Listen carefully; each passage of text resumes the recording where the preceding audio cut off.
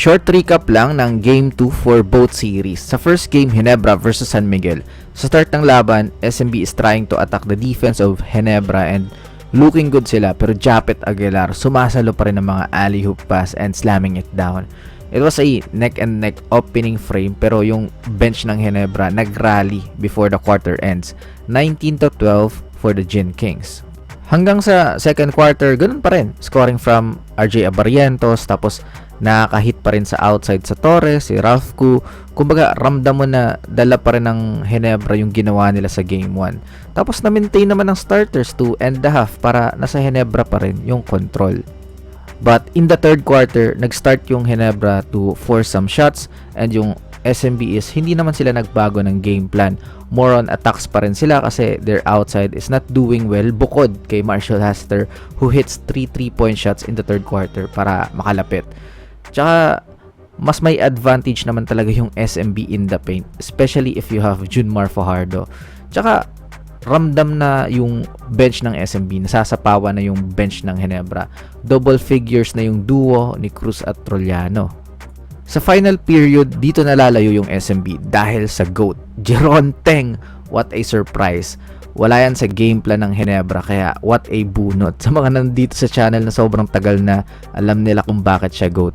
Hitting tough mid-range shots, tsaka na-expose niya yung defense ni RJ lalo kapag napostehan. Si Jeron, meron naman talaga siyang back down moves in the post. Tsaka who would have thought na in this play, he will cut to the basket na usually he wants the ball in his hand and create. So may nadagdag sa arsenal ng GOAT. Damn! Grabe naman. Panalo ang SMB sa Game 2, 93-84. Tabla na ang series, 1-1. Sa second game, TNT versus Meralco. Walang coach Nenad. So paano yung Meralco ngayon? Naging point of attack ng TNT si CJ Cancino. With him guarding Jordan Heading, ganun lang yung ginawa ng TNT. Let him attack one-on-one and it paid off early. Expose yung defensive discipline nila dito eh. Hindi nagkakaintindihan. Ito si CJ at Aaron na ayun, libre si Heading for the 3-point shot. Meralco pa naman yung one of the best defensive team sa liga, pero yung talent ng TNT sa individual creation is next level.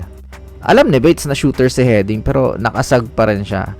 Kaso lang, mahirap talaga bantayan eh, kasi pwede siyang maiwan kung dumikit siya, tapos pwede ding mag-dish kay Kelly, tapos may extra pa sa corner kay BGR. So this is a perfect offense. Wala rin akong answer eh kung paano mo mai-stop. Siguro magmintis na lang si Heading, ganun.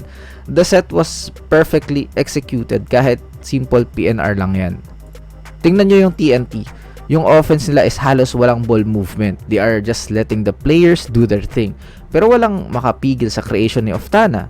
Tapos kung mag-start naman mag-help yung Meralco, doon na magkakaroon ng ball movement yung TNT. Kaya sobrang effective kay Coach Chot nung ganitong lineup.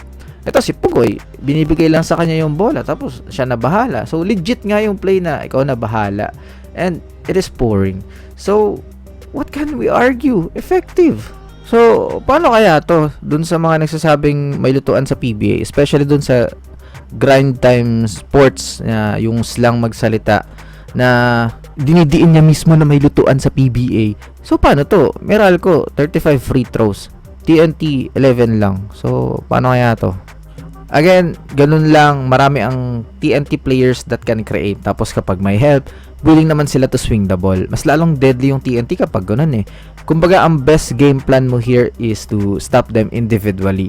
Cancino needs to play better defense. I-avoid din nila yung defense na always going for the body. Yung sobrang physical. Magaling din mag-sell yung TNT. So, deny better angles. Yung reads nila sa mga tendencies ng players. Kung may help, communicate sa rotations. Ang sagot talaga is to force TNT to take tough shots. And kung pumapasok pa rin, wala na kayong magagawa dyan eh. So, offense needs to click na for Meralco. Kaso, wala yung tactician ngayon. So, first half pa lang, GG na eh. 2-0 para sa TNT.